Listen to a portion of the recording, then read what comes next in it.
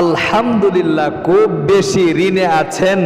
21 দিন পর্যন্ত ফজরের সুন্নত আদায় করার পরে চোখ বন্ধ করে 41 বার এই নিয়মে ঋণ পরিশোধের শক্তিশালী বুখারী শরীফের দোয়াটি আপনি পাঠ করুন। আল্লাহু আকবার। পাহাড় পরিমাণ ঋণও যদি আপনার হয়ে থাকে, আল্লাহ রাব্বুল আলামিন আপনার ঋণ পরিশোধ করার ব্যবস্থা করে দিবে, পথ বের করে দিবে। আপনি অতি সহজে খুব অল্প দিনে ঋণ পরিশোধ করতে পারবেন ইনশাআল্লাহ।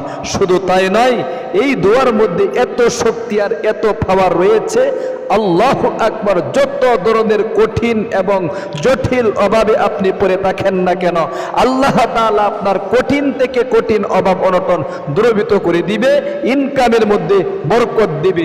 তাই আপনাদেরকে হাতে পায়ে ধরে বলবো, আজকের এই ভিডিওটা শুরু থেকে শেষ পর্যন্ত দেখুন এবং নবীজির শেখানো শক্তিশালী দোয়ার আমলটি, নিয়ম কানুনটা শিখুন ইনশাআল্লাহ। অতি সহজে শিখাইয়া দিচ্ছি। নবী করিম সাল্লাল্লাহু আলাইহি ওয়াসাল্লামের স্ত্রী আম্মাজান হযরত আয়েশা সিদ্দিকা রাদিয়াল্লাহু তাআলা আনহা তিনি বর্ণনা করেন, বিশ্বনবী মুহাম্মদ আরবি সাল্লাল্লাহু আলাইহি ওয়াসাল্লামকে আমি দেখেছি প্রায় সময়ে তিনি এই ঋণ পরিশোধ করার দোয়াটি বেশি বেশি করে পাঠ করতেন। আল্লাহু আকবার। নবীজি যে দোয়া পাঠ করতেন, এই দোয়া আমি আপনি যদি পাঠ করি, অবশ্যই কিন্তু আল্লাহ তাআলা এই দোয়ার শক্তির ফলাফল আপনাকে আমাকে দেখাবে ইনশাআল্লাহ। প্রিয় দিনী ভাই এবং বোন, আসুন ফজরের 2 রাকাত সুন্নত নামাজ আদায় করার পরে ফরজ নামাজের আগে যে সময়টা একদম আল্লাহ রাব্বুল আলামিনের দিকে মোতাবাজ্জু হয়ে যদি আপনি আমলটা করতে পারেন, কোটি কোটি টাকার ঋণ আমার আল্লাহ রাব্বুল আলামিন পরিশোধ করার ব্যবস্থা করে দিবে। ও প্রিয় দিনী ভাই এবং বোন, বিশ্ব নবী মুহাম্মদ আরবি সাল্লাল্লাহু আলাইহি ওয়াসাল্লাম যে দোয়াটার উপর নিজে আমল করেছেন, অবশ্যই এই দোয়াটার মধ্যে এত শক্তি আর এত পাওয়ার রয়েছে, নবীজির আমল সাথে সাথে কবুল মঞ্জুর হয়ে যেত। আপনার আমার আমলও কিন্তু আমার আল্লাহ রাব্বুল আমিনের আরশে আজিমের সাথে সাথে রকেটের গতিতে পৌঁছে যাবে। এজন্য আসুন, ফজরের আজান যখন হয়ে যায়, আপনি তাড়াতাড়ি ঘুম থেকে জাগ্রত হবেন। ঘুম থেকে জাগ্রত হয়ে সুন্নত তরিকায় ওযু করে নেবেন। ওযু শুরুতে একবার বলবেন বিসমিল্লাহির রহমানির রহিম, আল্লাহু আকবার।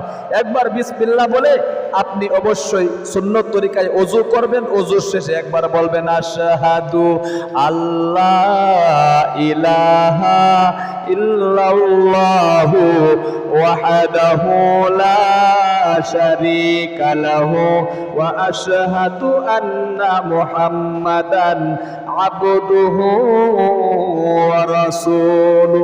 একবার কালিমায়ে শাহাদাত পাঠ করে ফজরের 2 রাকাত সুন্নত নামাজ আদায় করার পরে অবশ্যই কিন্তু আপনি চোখ বন্ধ করে একদম কিবলামুখী হয়ে বসে ঋণে ভুগছেন, কোটি কোটি টাকার ঋণ আপনার রয়েছে, অবশ্যই মনে মনে জাগাতে হবে, আল্লাহ তোমার নবী বিশ্ব নবী মুহাম্মদ আরবি সাল্লাল্লাহু আলাইহি ওয়াসাল্লাম যে দোয়ার উপর আমল করত, ওই ঋণ পরিশোধ করার বুখারী শরীফের ছোট্ট দোয়াটি আমিও পাঠ করিতেছি, তুমি আমার অবশ্যই ঋণ পরিশোধ করার ব্যবস্থা করে দিবা। আল্লাহু আকবার। ও প্রিয় দিনী ভাই এবং বোন, 1 নম্বরে আপনি বিশ্ব নবী মুহাম্মদ আরবি সাল্লাল্লাহু আলাইহি ওয়াসাল্লামের শেখানো শক্তিশালী একটি দুরূদ শরীফ 3 বার পাঠ করে নেবেন। এরকম ভাবে সাল্লাল বলেন, বলতে হবে সাল্লাল্লাহু আলাইহি ওয়াসাল্লাম, বলতে হবে সাল্লাল্লাহু আলাইহি ওয়াসাল্লাম, সাল্লাল্লাহু আলাইহি ওয়াসাল্লাম। এরপরে আপনি নবী করিম সাল্লাল্লাহু আলাইহি ওয়াসাল্লামের শেখানো তওবায়ে নাসুহার যে ইস্তেগফারটি রয়েছে, এই ইস্তেগফারটি 1 বার পাঠ করবেন। জীবনের যৌবনের গুনাহগুলোর জন্য আল্লাহ তাআলার নিকট আগে ক্ষমা চাইতে হবে।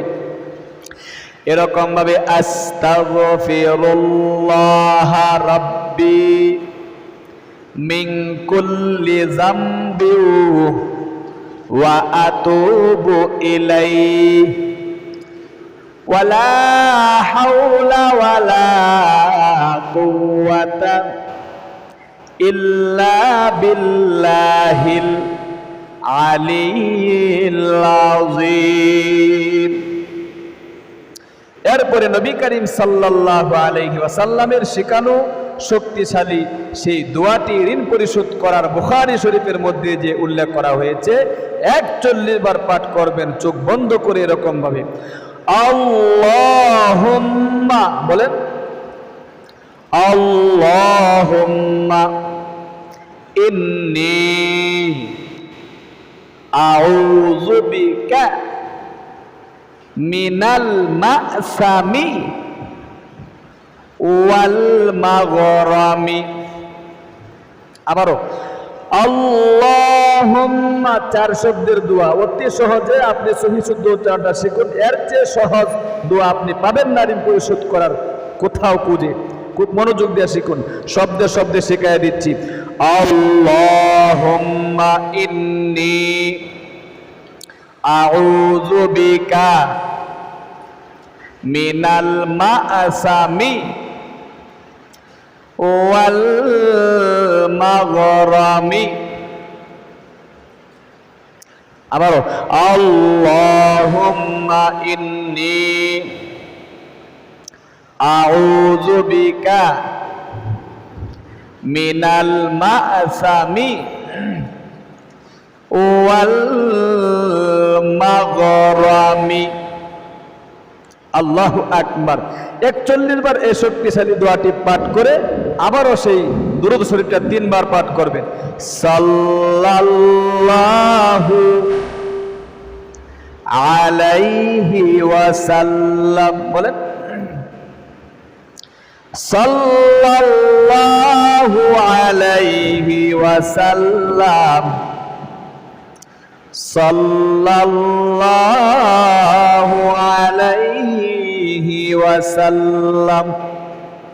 আল্লাহু আকবার। এরপরে আপনি সংক্ষিপ্ত মুনাজাত করবেন।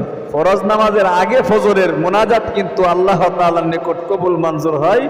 এই নিয়ম মুনাজাত করবেন, আলহামদুলিল্লাহি রাব্বিল আলামিন, অথবা বলবেন আল্লাহুম্মা আমিন, অথবা সরাসরি রব্বানা যালামনা আনফুসানা ওয়া ইল্লাম তাগফির লানা ওয়া তারহামনা লানাকুনান্না মিনাল খাসিরিন। রব্বানা আতিনা ফিদ দুনিয়া হাসানাতাও ওয়া ফিল আখিরাতি হাসানাতাও ওয়া কিনা আযাবান নার। ওগো আল্লাহ, তুমি দেখো, নজর করে গো, আমি তোমার এক গুনাহগার বান্দা, জীবনে অনেক অন্যায় করেছি, অনেক গুনাহ জমা হয়ে রয়েছে। আমার জীবনের যৌবনের গুনাহগুলো ধুয়ে মুছে সাফ করে নিষ্পাপ করে দাও।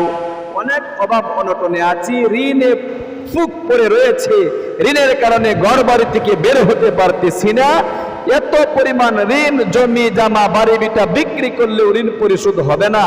তোমার নবীজির শেখানো হারে বুখারী শরীফ থেকে শক্তিশালী একটি 4 শব্দের ঋণ পরিশোধ করার দোয়া, যে দোয়াটা তোমার নবীজি স্বয়ং আমল করত, পাঠ করত, সেই দোয়াটি আমিও পাঠ করেছি।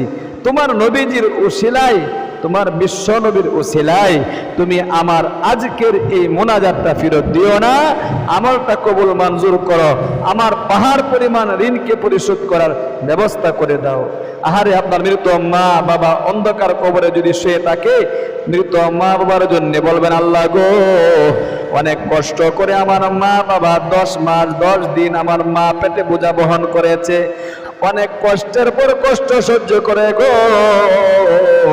আহারে, দুনিয়াতে কত গুমুত পরিষ্কার করে, কত পায়খানা পরিষ্কার করে গো, কত কষ্ট করেছে, আজ অন্ধকার কবরের বাসিন্দা হয়ে গিয়েছে। জানি না কবরে কি হইতেছে, যদি কোন আযাব গজবের ফেরেশতার হাতে গ্রেফতার হয়ে থাকে, আমার মৃত মা বাবার কবরকে তুমি জান্নাতের টুকরা বানায়া দাও।